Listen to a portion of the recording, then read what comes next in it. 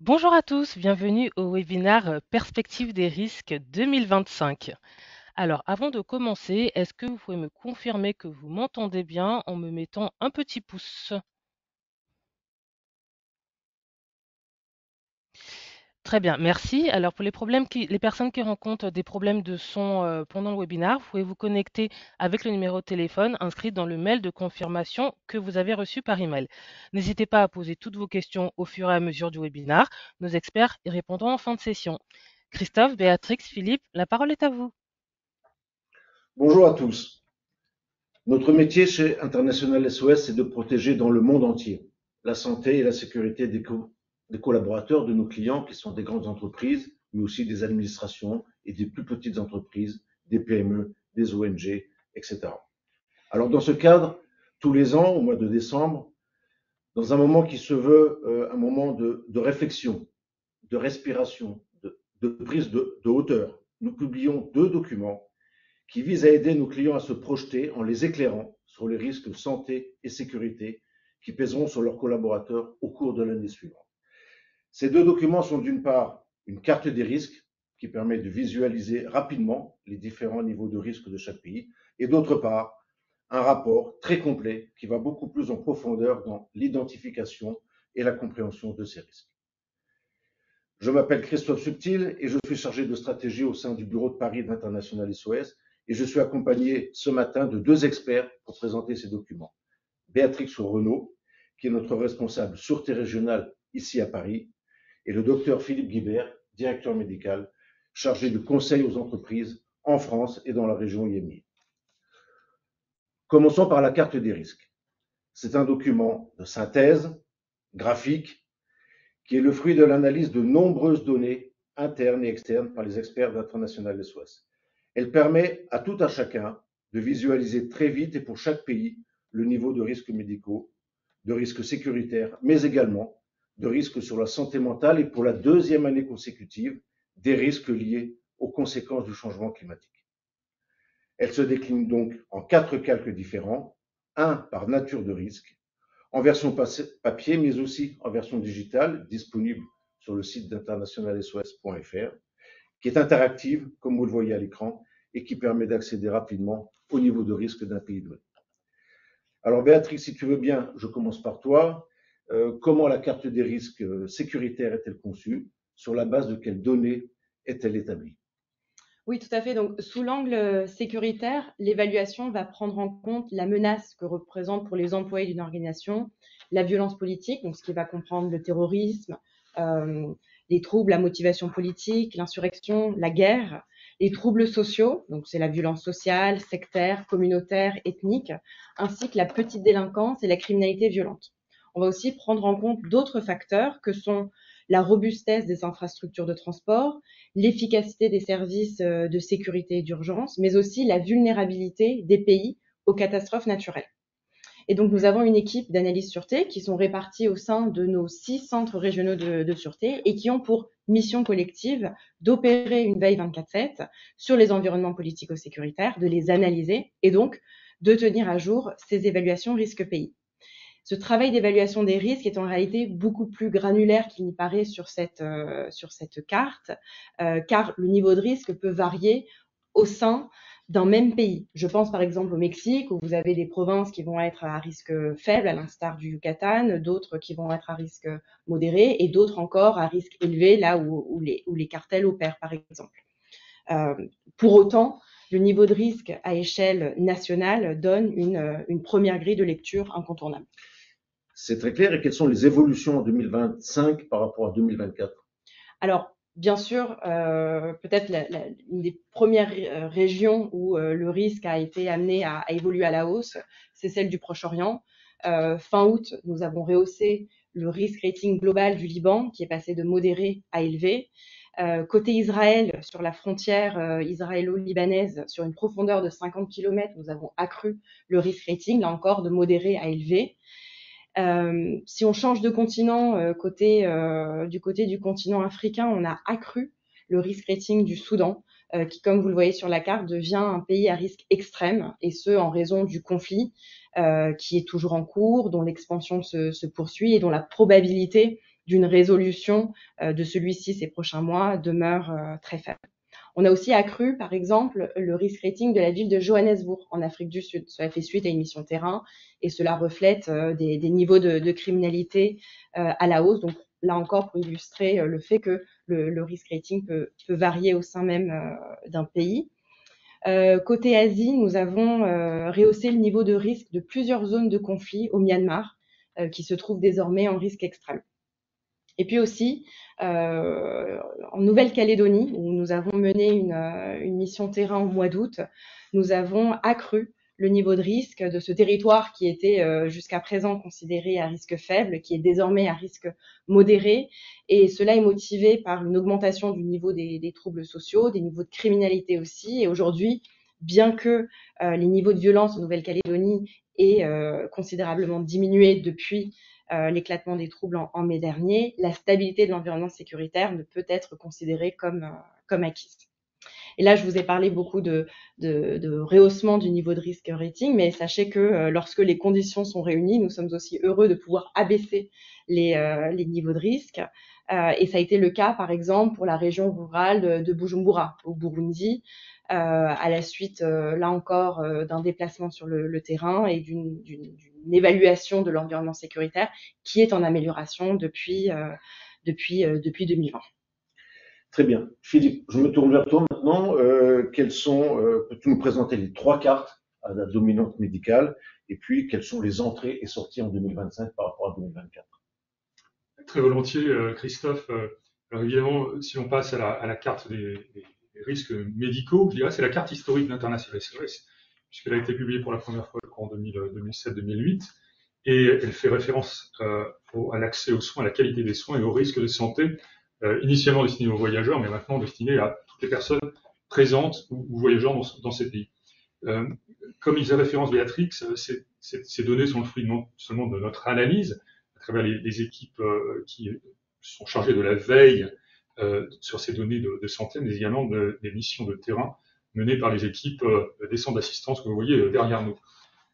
Aujourd'hui, ces données de santé, donc, elles se réfèrent sur 2 grosses composantes. La première, c'est l'accès aux soins, le système de santé, qu'il soit hospitalier ou ambulatoire ou système des urgences, également la capacité à mener des évacuations dans ces pays, la présence de personnels médicaux entraînés, la présence et la disponibilité de produits pharmaceutiques, mais également l'environnement sanitaire en règle générale, à savoir les épidémies, les risques climatiques, la disponibilité, la présence de pollution, quelle qu'elle soit. Donc ceci permet d'avoir une évaluation globale du niveau de risque médical dans un pays donné, en sachant que bien évidemment, dans certains territoires, eh bien, ces données peuvent être éminemment variables entre la présence de structures médicales de qualité dans les grandes villes et dans les capitales, qui sont disparates par rapport au manque d'accès aux soins dans les provinces les plus reculées. C'est la raison pour laquelle nous avons édité cet indicateur de santé variable que vous voyez en violet sur la carte, qui permet justement de décrire le fait que l'accès aux soins peut être extrêmement variable d'une ville à une autre. Alors, pour répondre à ta question, Christophe, les entrées et les sorties, eh bien, je reprends exactement le point que mentionnait Béatrix, le Soudan. Le Soudan est le seul pays pour lequel les risques de santé sont passés en très élevé, pour les raisons que tu as mentionnées, évidemment. Aujourd'hui, vous avez 2/3 des hôpitaux qui sont situés dans les zones du conflit qui ne sont pas fonctionnels, et donc, évidemment, impossibilité d'avoir accès aux soins. Par contre, la bonne nouvelle, c'est que plusieurs pays ont été rétrocédés en termes de niveau de risque.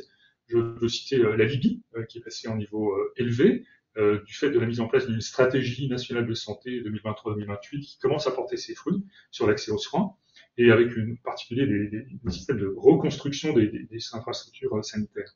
Mais également d'autres pays, à l'instar de la Chine, de l'Algérie, du Brésil et de l'Argentine, qui sont également passés de score variable à médium, ainsi que la Côte d'Ivoire, du fait de la mise en place d'un plan national de développement sanitaire et de l'amélioration des pathologies chroniques type VIH ou paludisme, qui ont fortement diminué dans ces territoires. Donc aujourd'hui, un plus grand nombre de pays qui se trouvent dans la classification médium, qui correspond à l'accès à des soins médicaux généraux de qualité, disponibles auprès de certains prestataires, avec des services d'urgence et de soins spécialisés limités, mais généralement fiable. Donc, voilà la réalité des soins médicaux. Aujourd'hui, si l'on passe sur la deuxième carte sanitaire qui représente les risques liés à la santé mentale, eh bien cette carte illustre les maladies mentales à l'échelle mondiale en utilisant des données externes, le Global Burden of Disease, et qui montre le pourcentage estimé de la population d'un lieu souffrant de troubles mentaux. Aujourd'hui, on estime qu'environ 14% des personnes dans le monde souffrent d'un ou plusieurs troubles mentaux ou liés à l'usage de substances. Ça fait quand même une personne sur 7 dans le monde, et donc c'est une réalité auquel les organisations, les grandes multinationales dont vous faites partie, sont confrontées, et donc ça permet de comprendre comment mettre en place des stratégies qui correspondent aux besoins de ces populations les plus vulnérables. Et puis la troisième carte, tu faisais référence, Christophe, rapporte les risques liés au changement climatique pour la deuxième année. Cette carte provient d'un centre commun de recherche de la Commission européenne qui permet de fournir des indications quantifiées sur les impacts du changement climatique sur le risque futur de crise humanitaire et de catastrophes. Alors, qu'entend-on par ces crises? Évidemment, c'est les risques liés à la fréquence accrue d'événements climatiques externes, le risque inondation, le risque submersion de la bande côtière pour certains pays, mais également sécheresse ou pollution atmosphérique. Donc, à travers ces trois cartes, et évidemment la carte de sûreté, eh bien, International SOS met à votre disposition une information fiable et lisible qui vous permet justement d'ajuster votre réponse à la réalité de ces risques dans ces territoires. Très bien, merci beaucoup. Écoutez, venons-en maintenant au rapport 2025. Comme je le disais en introduction, il va beaucoup plus en profondeur que la carte. Il est le fruit d'une étude menée dans le monde entier, à l'aide de 3 contributions majeures. D'abord, les conseils d'un panel d'experts externes et internes du domaine de la santé et de la sécurité, spécialisés dans la gestion des risques à l'international. Ce sont pour la plupart des experts d'associations, de conseils d'administration ou d'organisations intergouvernementales.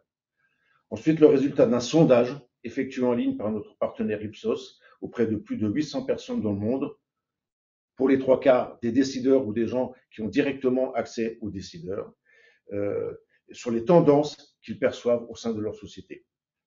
Enfin, last but not least, la contribution de nos propres experts d'International SOS, sûreté et santé, déployés dans le monde entier, au total sur plus de 1000 sites dans 90 pays. Et on reste très attaché à prendre en compte leur avis chaque année pour valider la pertinence sur le terrain des études menées, des résultats de l'étude menée de façon plus théorique. Sur le fond des choses maintenant, nous avons souhaité pour 2025 titrer le rapport « Un monde fragmenté » pour bien qualifier, pour bien caractériser la rupture de la situation actuelle avec l'ordre international établi après la Deuxième Guerre mondiale, avec ses normes, avec son système de relations internationales et même avec certains tabous. Je pense à la désinhibition face à l'emploi de l'extrême violence entre États, comme nous l'avons vu ces derniers mois. Fragmentation que l'on identifie entre les pays, mais il faut bien le dire aussi, au sein de certains pays. C'est pourquoi nous présenterons dans quelques minutes cette fragmentation sous 3 angles. L'angle d'un nouveau désordre mondial, avec l'apparition d'acteurs de taille moyenne qui gagnent en influence. L'angle des fronts domestiques, où parfois des tensions sociales et politiques internes compliquent la gestion des risques pour les entreprises, pour leurs employés locaux tout particulièrement. Et enfin, sous le prisme de la santé, car la désinformation et les maladies infectieuses restent des préoccupations majeures, en particulier avec une montée de la résistance antimicrobienne. Béatrix, à présent parcourons les résultats du sondage. Quels sont les principaux enseignements que l'on peut en tirer? Comment les sondés au global, mais plus particulièrement aussi en France, perçoivent-ils les risques? Alors, la question peut-être la plus importante de ce sondage était effectivement de savoir comment les répondants ont perçu l'évolution des niveaux de risque santé, bien-être, sûreté sur les 12 derniers mois. Et globalement, ce sont 65% des répondants qui jugent que les risques se sont accrus en 2024. Et vous le voyez à l'écran, c'est une tendance globalement consistante avec les données des années précédentes. En ce qui concerne la France, donc les répondants français, ce sont 60% de ceux-ci qui estiment que les risques ont augmenté. Fort de ce constat, quels sont les principaux risques qui préoccupent les répondants, les sondés, et comment varient-ils surtout par rapport aux années précédentes?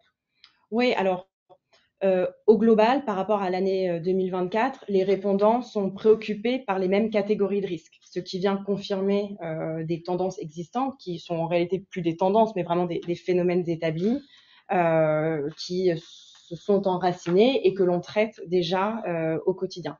Sur le plan sécuritaire, c'est la cybercriminalité qui arrive en tête avec 78% des répondants qui se déclarent concernés par cette menace. Et c'est intéressant parce que Philippe commentera qu'on est au même niveau pour le stress et le burn-out. Et dans la catégorie des risques sécuritaires, c'est suivi par les tensions géopolitiques qui sont une préoccupation projetée donc pour 69% des répondants. Si l'on regarde les risques sécuritaires qui préoccupent le plus les répondants français, ce sont les mêmes que pour les répondants tous pays confondus, mais dans des proportions plus élevées. C'est-à-dire que vous avez 86% des répondants français qui se déclarent impactés par le risque cyber, 79% par les risques géopolitiques tels que projetés sur les 12 prochains mois. Philippe, un commentaire de ton côté sur le plan santé? Oui, certainement. Donc, évidemment, il y a une interconnexion évidente entre tous ces risques dont les origines sont multifactorielles. Donc, je ne pense pas qu'on puisse identifier l'origine de ces risques de manière spécifique. Mais comme on le constate, évidemment, les risques liés au bien-être restent la principale préoccupation perçue, avec 3 des 5 principaux risques identifiés dans cette catégorie. De manière assez intéressante, évidemment, on constate que, par exemple, le trouble de la santé mentale, 65% pour les Français, alors qu'il est 70% dans le monde. Je ne sais pas si ces 5% font la différence, mais on est peut-être d'une perception un tout petit peu altérée. En termes d'altération, je trouve assez intéressant que d'autres risques ne sont pas mentionnés en étant dans le top 5, en particulier les risques liés aux maladies chroniques et dégénératives, dont on sait qu'elles sont en augmentation aujourd'hui, la surcharge pondérale, l'obésité, 48% des Français qui vivent avec une obésité, et tout ceci étant en augmentation. Vous avez également le nombre de jeunes qui ont besoin en France aujourd'hui d'une consultation pour une santé mentale et des prescriptions spécifiques qui est également en augmentation. Je prends également l'exemple de la tuberculose. Alors vous allez me dire, la tuberculose, est-ce que c'est un risque perçu? En réalité, ça devrait faire partie de ce catalogue, puisqu'elle est en augmentation, on le voit, et pas simplement dans les pays les moins avancés, c'est une réalité dans nos pays et en Europe aujourd'hui. Tout ceci, peut-être, dénote une certaine myopie, j'allais dire, sur la perception des risques sanitaires qui sont peut-être plus associés à des grands classiques que sont la santé mentale ou les maladies infectieuses, mais qui ne recoupent pas la réalité de l'ensemble des risques auxquels les entreprises sont confrontées. Béatrice, quels sont les risques perçus sur le plan de la sûreté? On ne peut pas dire qu'il y ait de grandes surprises en matière des risques qui ressortent. Ce sont des risques que l'on a observés au cours des 12 derniers mois et j'ai envie de dire que l'on a maintenant l'habitude de gérer pour la grande majorité déjà au quotidien et qui continueront d'être d'actualité à court et moyen terme. En revanche, ce que je souhaite souligner ici, c'est le grand nombre de risques perçus qui pèsent sur une organisation et qui sont estimés avoir un impact significatif. C'est peut-être ce qui tranche avec les slides précédentes de santé et de bien-être et les résultats qui en découlent. Les catégories de risques sont multiples. Les types d'acteurs malveillants sont protéiformes. On l'a vu, la cybercriminalité et la géopolitique arrivent en tête des risques perçus, mais on est aussi affecté dans des proportions assez importantes par le risque sociopolitique, là encore des troubles protéiformes, troubles à l'ordre public, des conflits, une polarisation sociétale, des risques logistiques liés au transport, à la défaillance des infrastructures, des risques liés aux catastrophes naturelles, aussi des risques liés à la technologie, à l'instar de l'intelligence artificielle. Et donc, il est aussi important de souligner que ces risques sont aussi pour beaucoup généralement interconnectés, c'est-à-dire qu'il peut y avoir corrélation entre ces différents risques. Il ne faut surtout pas les prendre de manière silotée et que c'est cette interconnexion des risques dans cet environnement volatile constant qui représente vraiment un défi lorsqu'il en vient à gérer effectivement ces risques pour assurer la sûreté de son personnel et aussi plus globalement la viabilité de son organisation et le tout on le sait, avec des ressources humaines, matérielles, financières qui sont bien souvent très limitées. Très bien. Donc, on comprend bien que le niveau de perception des risques est élevé. Alors, Philippe, comment les organisations atténuent-elles ces niveaux de risque? S'estiment-elles suffisamment préparées pour y faire face et pour maintenir la santé de leurs collaborateurs et, in fine, la continuité de leurs activités? Alors voyons justement comment ces organisations se préparent à ces risques aussi. Christophe, oui. Tu nous présentes la slide suivante. Voilà, aujourd'hui, donc on a vu le risque sécuritaire, les risques liés à la santé et au bien-être. Hein. Voilà, donc la santé arrive. La santé, voilà la santé. Décalage dans les slides. Voilà. Merci de mettre la santé au cœur de ce sujet, évidemment. Donc très intéressant de voir quelle est la perception des risques liés à la santé. Je dirais de manière évidente, et c'est peut-être fait partie de notre psyché, de notre histoire récente, évidemment les maladies infectieuses, les nouvelles pandémies. Je vous rappelle que nous sommes en phase interpandémique, c'est-à-dire que la prochaine est en cours de préparation. On ne sait pas évidemment quel sera l'agent responsable. Je pense que l'état d'esprit que l'on doit avoir en termes d'organisation et de continuer à se préparer à un événement de telle nature. Donc, cette perception des risques est appropriée. On le voit également avec les maladies chroniques et non transmissibles auxquelles je fais référence et qui sont une réalité pour les entreprises avec des conséquences non seulement sur la santé mentale des collaborateurs, sur l'employabilité également des personnes et avec en particulier une charge en particulier des soins et des coûts de santé afférents à ces maladies chroniques et non transmissibles qui devient de plus en plus importante pour les organisations, les États et peut-être de manière indirecte pour certaines entreprises. Ce qui me semble assez intéressant, c'est qu'on a des éléments qui apparaissent dans cette risque perçu de santé liés à des pénuries éventuellement, avec en particulier l'accès aux soins, le renoncement aux soins. Une enquête a montré que en 2024, vous avez 63% des Français qui ont déclaré avoir renoncé à au moins un acte de soin au cours des 5 dernières années, en invoquant des raisons liées à des difficultés financières ou des délais d'attente prolongés ou des problèmes d'accès géographique, en particulier dans les déserts médicaux. Donc ceci nous semble conforme à la réalité de ces sujets. Et puis un petit commentaire sur la pollution de l'air, qui évidemment est un sujet important, en particulier dans certaines villes et capitales du monde. L'Organisation mondiale de la santé estime que il y avait de l'ordre de 7 millions de décès dans le monde qui sont directement imputés à la pollution atmosphérique, donc une réalité pour certaines organisations dont les activités se situent dans ces territoires.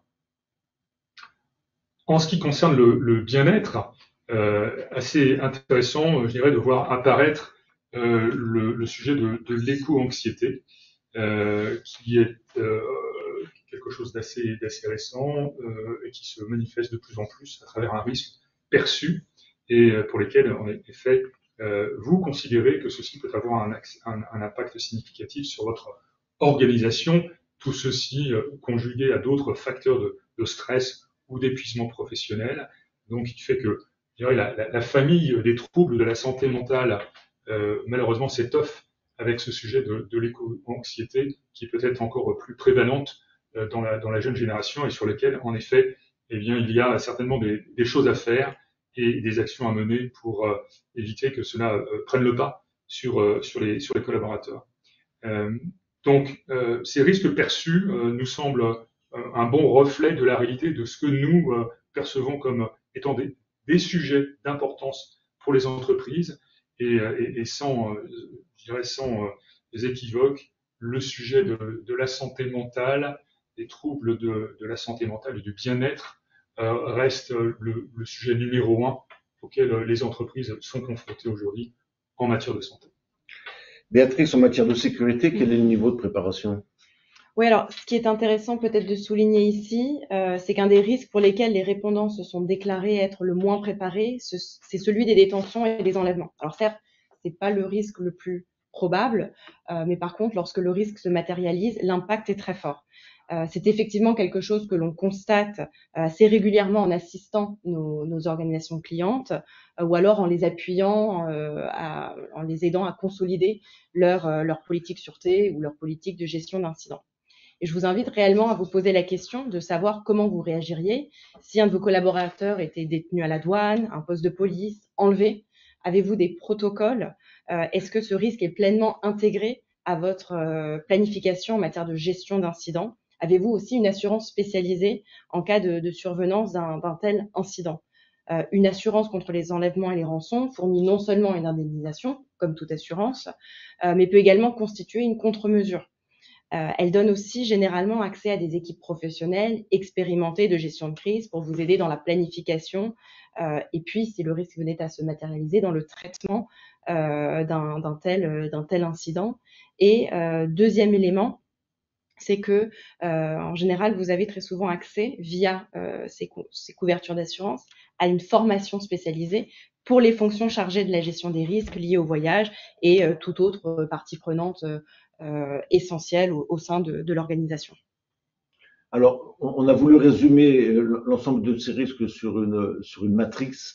Philippe, est-ce que tu peux nous la présenter schématiquement, s'il te plaît? Et je ne vais pas rentrer dans les détails, mais l'idée, comme tu faisais référence, Christophe, c'est d'essayer de comprendre comment ces risques qui sont perçus par les organisations aujourd'hui en 2025 correspondent à un niveau de préparation versus un impact. Et donc nous avons mis en évidence dans ce cadran inférieur droit les risques pour lesquels l'impact est considéré comme étant le plus important, mais pour également le niveau de préparation rapporté par les entreprises et les organisations semble le moins évolué.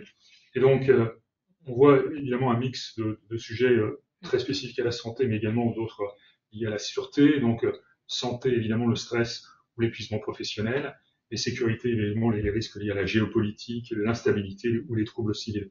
Je pense qu'il est intéressant de noter l'irruption de l'intelligence artificielle, on le voit sur le cadran inférieur droit, qui est peut-être en train de cheminer et d'aller un peu plus vers la droite en ayant de plus en plus d'impact sur la perception des risques en termes de risques générés par l'irruption et l'utilisation de l'intelligence artificielle, et pour lesquels encore aujourd'hui le niveau de préparation des entreprises en termes de gestion du risque lié à l'utilisation de l'intelligence artificielle n'est pas complètement mûr.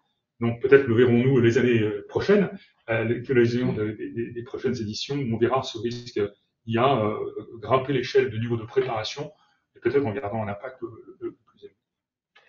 Merci Philippe, merci Béatrix pour ces commentaires donc sur le résultat de l'enquête de perception, qui est une grille évidemment de lecture importante pour commencer à préparer, à évaluer la résilience des entreprises face à ces risques.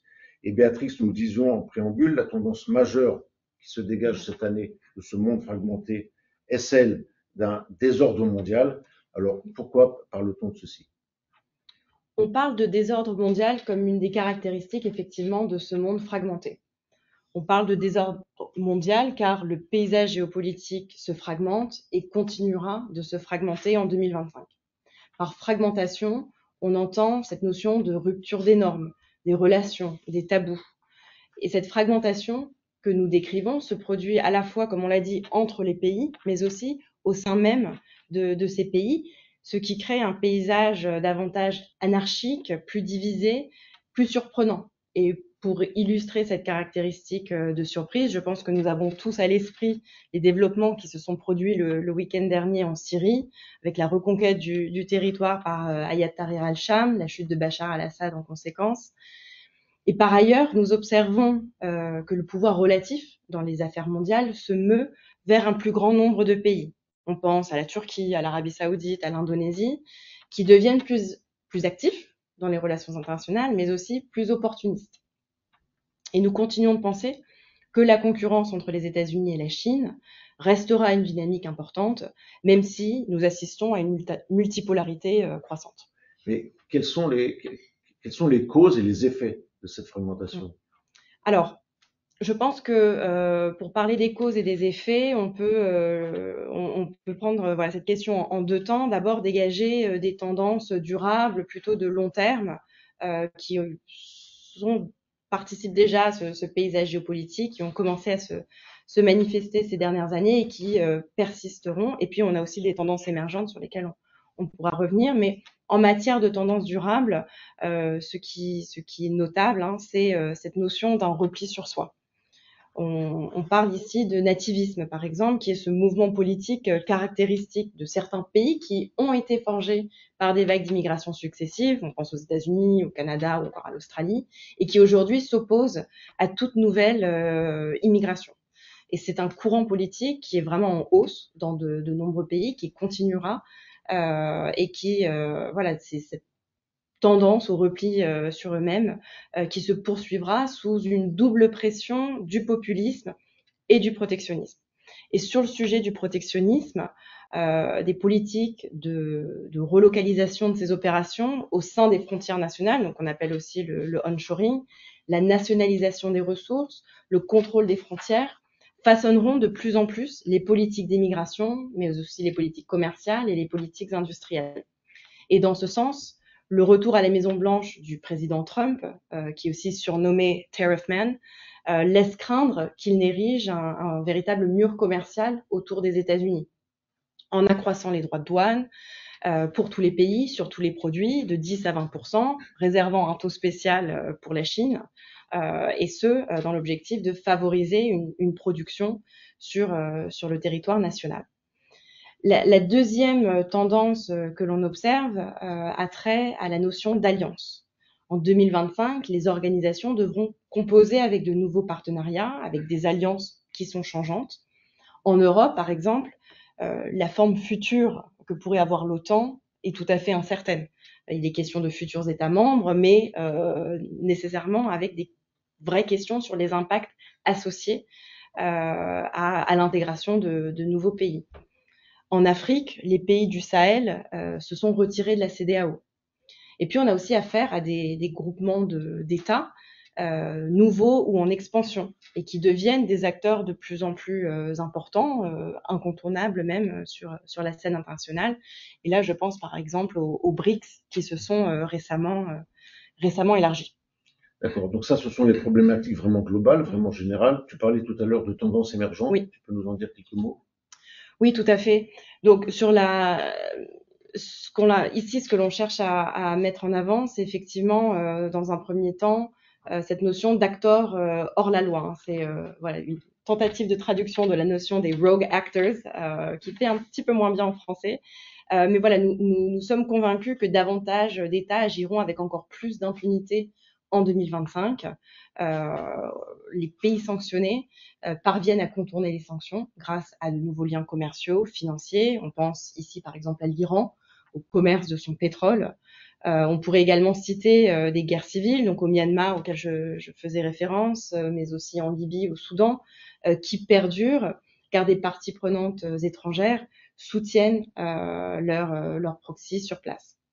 Et une deuxième caractéristique, celle des fauteurs de troubles, qui, voilà, là aussi est un euphémisme dans l'appellation, mais qui fait référence ici à des acteurs non étatiques, tels que des milices, des groupes d'insurgés, des mercenaires, qui ont démontré et qui continuent de démontrer qu'ils disposent d'une liberté d'action croissante pour perturber les flux commerciaux. On pense à la mer Rouge, à l'aviation civile, à l'environnement sécuritaire local. Voilà, et viennent à l'esprit des groupes comme ceux qui constituent l'axe de la résistance, même si ce dernier a été un peu affaibli dernièrement. On pense aussi à des groupes paramilitaires, à l'instar de Wagner, qui opèrent dans un certain nombre de théâtres. Donc vraiment, ces acteurs contribueront de plus en plus à ce nouveau désordre mondial. Alors, continuons d'être encore un petit peu plus concrets. Et quelles sont, d'après toi, les zones qu'il convient de surveiller en 2025? Alors, plusieurs zones et plusieurs thématiques sécuritaires, si je puis dire. En matière de conflit, naturellement, la situation au Proche-Orient, au Moyen-Orient plus largement, est à surveiller dans sa globalité. Il en va de même pour le conflit russo-ukrainien. Et qui plus est, et ça s'applique à ces deux conflits, avec l'arrivée d'un nouvel occupant à la Maison-Blanche à compter de janvier prochain. Le conflit au Myanmar aussi, qui est un conflit très violent dont on parle très peu en France, mais qui existe et qui a de vrais enjeux. Et qui concerne beaucoup de nos clients. Absolument. Et puis des sujets plus régionaux, des sortes de signaux faibles que l'on va continuer de surveiller de très près. Et je pense ici à la mer de Chine, à la Corne de l'Afrique. Également des sujets de polarisation politique, et la France est en bonne position aussi sur cette liste, mais également ce qui se passe en Allemagne, aux États-Unis, au Royaume-Uni. Et puis des sujets de militantisme qui sont, eux, on va dire, un peu plus structurels, la région du Sahel, la Somalie, l'Afghanistan et le Pakistan. Et je profite ici pour vous notifier de la toute récente parution d'un Insight Report qui est vraiment dédié aux enjeux sécuritaires 2025, mais je sais que nous aurons des occasions futures pour échanger plus amplement sur le sujet et vraiment rentrer dans le détail de ce que peuvent donner ces différentes situations sécuritaires au cours de l'année à venir. Très bien. Donc ça, c'était la première grande caractéristique de ce monde fragmenté, le nouveau désordre mondial. La deuxième, c'est ce qu'on a appelé donc les fronts domestiques, et tu voulais nous en dire quelques mots. Oui, effectivement, parce que c'est vrai qu'on a parlé de beaucoup de considérations internationales. Il ne faut pas oublier ce qui se passe au sein de nos propres frontières. Et effectivement, avec ce concept de front domestique, comme on l'a appelé, on fait ici référence au fait que les pays se fragmentent aussi en interne, c'est-à-dire se fragmentent de l'intérieur, que ce soit géographiquement, ethniquement, idéologiquement, et que cette tendance se poursuivra davantage en 2025. Et certaines de ces problématiques s'annoncent véritablement durables. Si je prends, et voilà, je fais le choix de prendre ce sujet-là, il est constaté que de nombreux partis politiques établis, historiquement établis, à gauche comme à droite, sont en déclin systémique, sous pression, perdant progressivement une part conséquente de leur électorat traditionnel. C'est le cas de la France, mais on le voit, on voit aussi cette tendance se matérialiser dans un bon nombre de pays factuellement. On pense aussi au sujet des droits des États, les guerres culturelles, les politiques identitaires qui ont été des thèmes majeurs des élections américaines il y a quelques mois, qui affecteront encore davantage les forces de travail locales dans des contextes de paix, mais aussi comme dans des environnements de conflit. Et des sujets locaux qui ont de vraies conséquences sur les organisations et que les fonctions chargées de la gestion des risques doivent surveiller et doivent également traiter. Bien, je reprends le fil, nouveau désordre mondial, front domestique. Le troisième item qu'on a mis en évidence en introduction, c'est la santé. De ce point de vue, qu'est-ce que tu peux nous dire? Eh bien, comparativement à l'année dernière, on retrouve à peu près les mêmes sujets. C'est de risques persistants qui avaient déjà émergé les années précédentes, à savoir le thème de l'anxiété de manière générale, un chapitre lié aux infections, et puis également peut-être de dimensions un peu plus positives que les deux autres, les avancées de la science et de la technologie en particulier, l'impact sur le changement climatique. Alors, si je commence par le thème de l'anxiété, évidemment, l'augmentation des problèmes de santé mentale, vous l'avez compris, est une tendance mondiale qui est persistante et exacerbée par prise de conscience des risques croissants, un sentiment incapacité à maîtriser le cours du monde ou de sa vie personnelle. Donc, tous confrontés à ces événements parfois imprévisibles, de la nature de nos activités, de la présence dans certains pays, des références, les épidémies, les catastrophes naturelles ou les conflits. C'est assez intéressant également de voir, référence à ton point, Béatrix, que le stress politique est également une préoccupation majeure des organisations, avec un chiffre de 65% d'entre elles qui la considèrent comme un défi à gérer. Donc, est-ce qu'on va vers un rôle un peu plus social de l'entreprise qui doit également intégrer ce sujet? De manière également assez intéressante, Christophe, connais-tu le doom scrolling? Non. Peut-être le pratiques-tu. Je t'écoute avec Peut-être le pratiques-tu sans le savoir. Ceci consiste à faire défiler et à lire du contenu sur des réseaux sociaux ou des sites d'actualité qui est déprimant, inquiétant ou négatif. Et donc, bien évidemment, ce comportement peut entraîner une augmentation de l'anxiété et du stress, car il expose continuellement l'utilisateur, évidemment, à des informations négatives ou alarmantes, et peut-être avec même cette notion d'addiction et de renfermement dans cette bulle négative. Je confirme. Tu confirmes. Donc voilà, tu en es victime également, peut-être les vous. Donc, tout ceci participe peut-être à faire croître cette anxiété. Quelles peuvent être les actions menées par les entreprises? Quelles sont les actions concrètes qui peuvent faire une différence sur l'accès à ces sources d'information? On le verra par la suite. Et je me réserve le sujet de l'information, ou en tout cas la désinformation, pour le sujet slide suivante. En ce qui concerne les infections, évidemment, un sujet qui reste toujours d'actualité. Aujourd'hui même, en République démocratique du Congo, on est en train d'essayer d'identifier l'origine de cette épidémie qui touche une province et qui a déjà infecté, je crois, plus de 400 personnes avec des douzaines de décès. Peut-être cette maladie serait tout simplement liée à du paludisme. Donc on essaie de comprendre quelle est l'origine. Mais on l'a compris, on l'a vécu cette année, le Mpox, Marburg en Italie, Oropuche virus également en Amérique latine. Ceci constitue, je dirais, le quotidien des organisations confrontées à la recrudescence ou la réémergence de ces pathologies infectieuses. Alors tout ceci est à mettre en corollaire avec une baisse des taux de vaccination dans certaines régions du monde qui a conduit à une augmentation de ce nombre de maladies évitables. Et l'Europe en est un bon exemple, malheureusement, en particulier pour une maladie aussi banale que la rougeole, avec des taux de vaccination qui ont diminué, qui ont entraîné des épidémies de rougeole, voire des décès liés à cette maladie qui est complètement évitable, et ce qui est insupportable d'un point de vue professionnel de santé. Et c'est également le cas avec la poliomyélite qui réémerge dans certains territoires, la diphtérie ou la coqueluche. Donc, on le voit, ces sujets liés aux infections, on le voit également, tu faisais référence, Christophe, à l'importance d'un sujet lié à la résistance aux antimicrobiens, qui est considéré par l'Organisation mondiale de la santé comme étant l'un des 10 principales menaces pour la santé mentale, quelque chose qui nous échappe totalement et pour lequel on a certainement un rôle au quotidien, puisqu'elle est affectée par les facteurs humains, l'utilisation généralisée d'antibiotiques, les animaux et les plantes, dans une dimension One Health de l'Organisation mondiale de la santé et de la santé animale, et également la contamination des eaux usées. Donc, ce sujet de la résistance aux antimicrobiens va prendre de l'importance, va continuer à prendre de l'importance dans les années qui viennent, avec certainement des mesures, plus au niveau des États et des organisations, à mettre en place.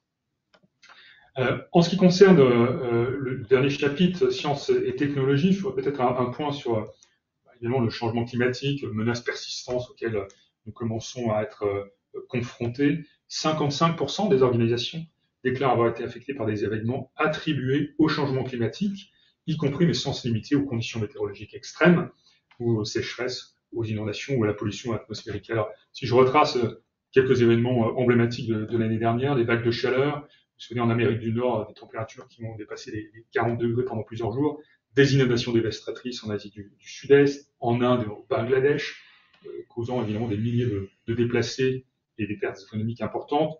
Évidemment, les classiques ouragans et typhons, avec une saison atlantique particulièrement active, avec des ouragans de catégorie 4 et 5 qui ont touché les Caraïbes, l'arc Caraïbe et les États-Unis à plusieurs reprises. Et puis la sécheresse qui perdure, en particulier en Afrique de l'Est, exacerbant crises alimentaires et conflits. Donc, tout ceci peut être lu à une lecture plus positive avec les avancées de la technologie et de la science. Alors, si je reprends l'exemple du changement climatique, évidemment, le spatial participera à nous aider à mieux comprendre comment ces sujets peuvent être abordés en donnant accès à de l'information, des données qui permettront d'avoir une visibilité et une prédiction un peu plus efficace des risques liés au changement climatique et de ce fait de pouvoir mettre en place des mesures et des plans pour y répondre de manière le plus appropriée. Également, d'un point de vue sciences et technologie, je ferai quand même référence euh, euh, aux avancées en matière de vaccination. Alors évidemment, on l'a compris, le Covid a imposé un fardeau massif et majeur au système de santé et a, selon l'OMS, éliminé une décennie de progrès dans l'espérance de vie mondiale. Donc c'est vraiment un événement majeur, mais en corollaire a donné lieu à des exemples absolument impressionnants de développement et d'amélioration des capacités de surveillance, de tests, de diagnostic et en particulier de développement de vaccins. Enfin, un point qui peut nous intéresser, je fais plus référence au sujet lié aux maladies non transmissibles et chroniques, eh bien, la capacité à séquencer le matériel génétique des individus de plus en plus rapide, de plus en plus compact, de plus abordable, évidemment. Aujourd'hui, c'était un rêve il y a 40 ans, maintenant c'est fait en quelques heures. Donc cette médecine du futur, cette médecine génomique, cette médecine de précision qui permettra de mieux comprendre les maladies, mais également d'avoir des traitements plus ciblés, plus spécifiques aux individus, sera certainement un moyen de transformer l'accès aux soins et d'aborder les sujets, en tout cas d'apporter une réponse aux sujets que nous avons identifiés liés aux pathologies infectieuses, aux résistances aux antimicrobiens ou aux maladies chroniques et non transmissibles. Donc voilà, Christophe, en un long résumé, les sujets liés à la santé avec une double composante négative mais également positive. Très bien, écoutez, merci beaucoup pour ces explications. Merci à tous les deux. Il nous restait à évoquer les facteurs d'aggravation. Je vois le temps qui file. On va peut-être enjamber les conflits et les connexions complètes que vous retrouverez évidemment très, très détaillées dans le rapport. Peut-être pour passer un petit moment quand même sur le risque de confusion. Oui. Peut-être que dans le domaine de la santé, il est encore plus prégnant que dans un autre et que tu voudrais en dire quelques mots. Absolument, et je fais référence au sujet de la désinformation et de la mésinformation, qui a été également la révélation, je dirais, de la pandémie et qui a participé à la diffusion d'informations fallacieuses et non fondées. Ce sujet perdure, alors même si il tourne toujours autour de la vaccination majoritairement. Aujourd'hui, la veille que nous entretenons sur ces sujets liés à la désinformation en santé est principalement liée aux vaccins, encore et toujours, les vaccins Covid, targués d'entraîner des maladies chroniques, des cancers ou d'autres conséquences qui, aujourd'hui, avec le recul que nous avons et les études scientifiques menées a posteriori sur ces risques, n'ont absolument démontré aucun lien de causalité entre la vaccination Covid, qui continue, et tant mieux, il faut le faire, et ces supposées conséquences pour la santé.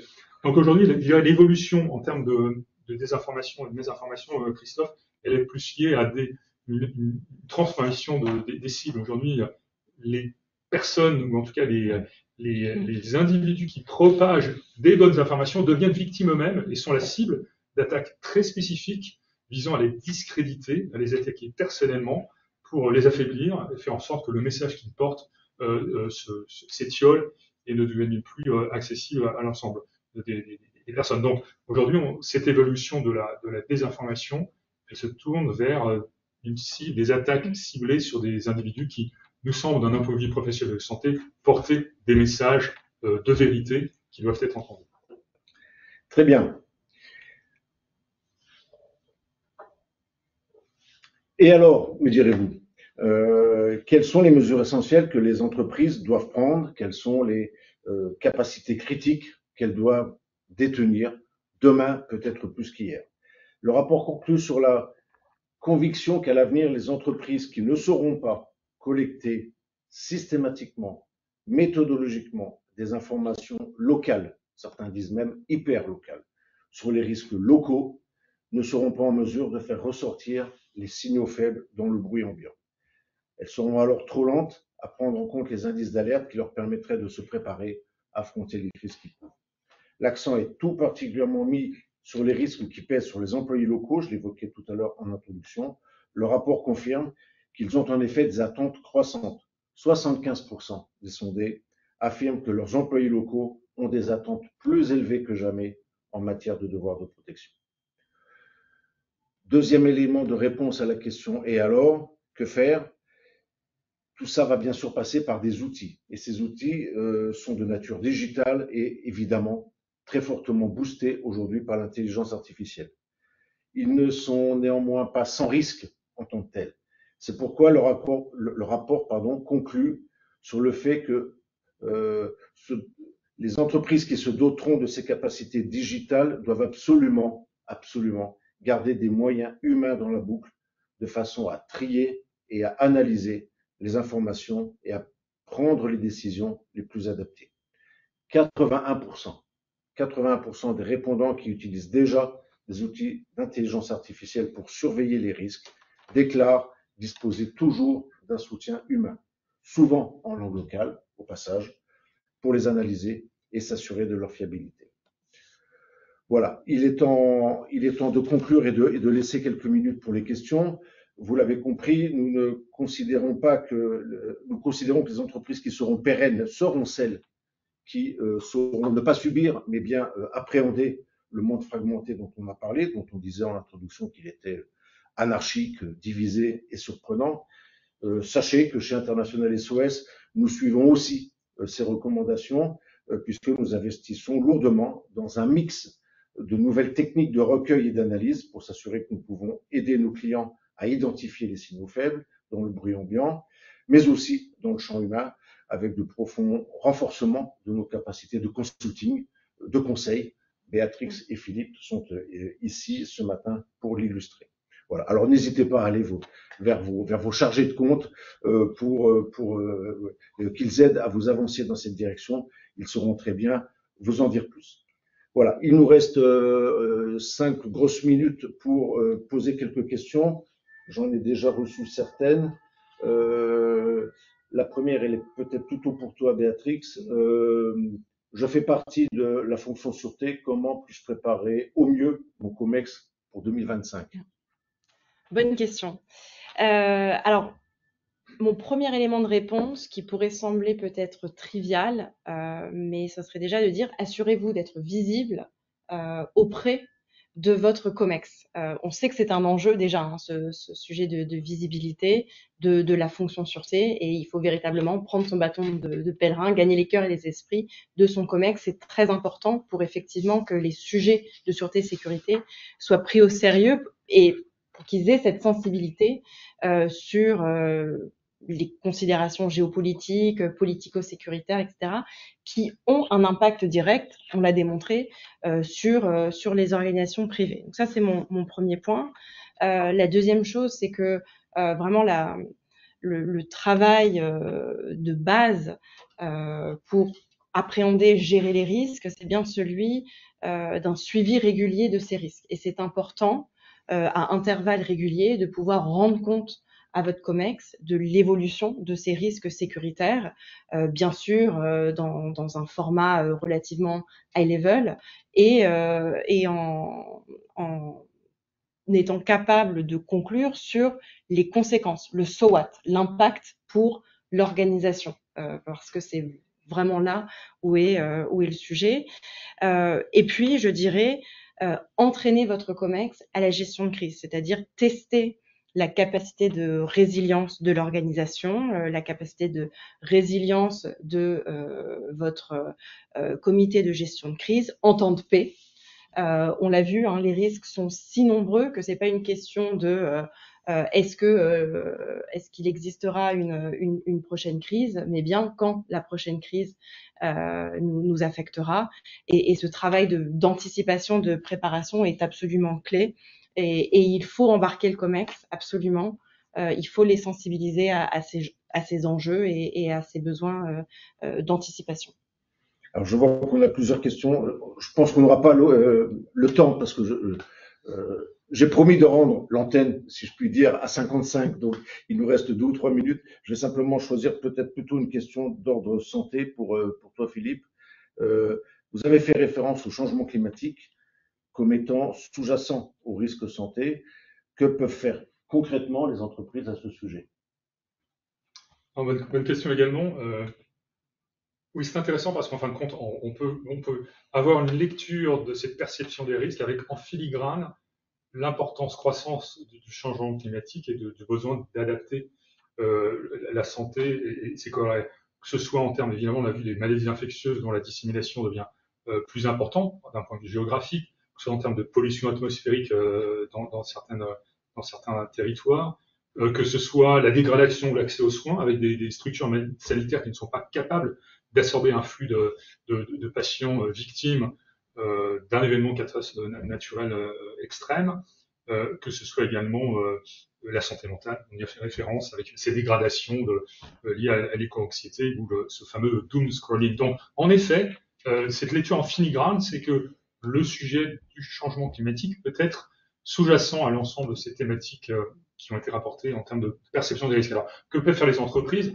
Peut-être un petit peu comme Béatrix y a mentionné, fait référence en disant porter ce sujet en disant voilà quelle est la réalité de l'exposition de notre organisation à ces risques, au-delà, je dirais, de l'aspect peut-être assurantiel des bâtiments ou des structures qui peuvent être victimes d'un événement climatique extrême, mais d'un point de vue humain, quel est l'impact de ce changement sur les employés en termes de santé mentale, en termes de santé physique, en termes d'aptitude à travailler dans des environnements de plus en plus complexes, et donc d'avoir un état des lieux objectif de cette exposition au risque en matière de santé et de sûreté, puisqu'évidemment les deux sont liés. Et fort de ce constat, de pouvoir intégrer des actions dans les politiques santé, sécurité, mobilité des entreprises sans avoir à créer un nouveau corpus de documents liés au changement climatique. Très bien. Écoutez, je vois d'autres questions, malheureusement, on n'aura pas le temps d'y répondre, mais vous serez rappelés. Hein. Tous ceux qui ont posé des questions seront rappelés pour que une réponse personnalisée leur soit adressée. J'en vois plusieurs, en particulier sur les assurances aussi, quelle est notre articulation avec les assurances. Donc, ce sont des sujets extrêmement intéressants et vous serez rappelés pour cela. Voilà. Alors, un grand merci à tous et puis je repasse la parole à Jennifer. Merci Christophe, merci Béatrix et merci Philippe pour votre présentation. Alors, vous recevrez automatiquement l'enregistrement de ce webinaire, la présentation, mais également le rapport Risk Outlook. Nous allons maintenant clôturer le webinaire. Je vais vous demander de prendre, s'il vous plaît, vraiment quelques secondes pour répondre au questionnaire de satisfaction qui va s'afficher sur votre écran. Votre avis est très important pour nous et c'est lui qui nous permet d'améliorer systématiquement la qualité des interventions que l'on vous propose. Merci encore à nos intervenants d'aujourd'hui et je vous souhaite à tous une excellente journée. Au revoir. Merci à Merci. tous. Au revoir.